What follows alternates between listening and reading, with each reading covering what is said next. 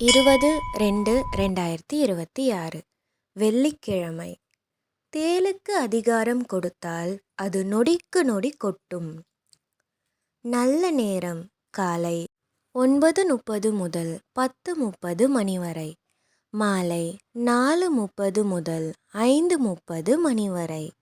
கௌரி நல்ல நேரம் காலை 12:30 முதல் 1:30 மணி வரை, மாலை 6:30 முதல் 7:30 மணி வரை. ராகு காலம் 10:30 முதல் 12 மணி வரை. குளிகை 7:30 முதல் 9 மணி வரை.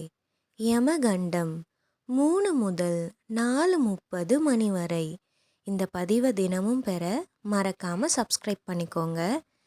இந்த நாள் இனிய நாளாக அமையட்டும்.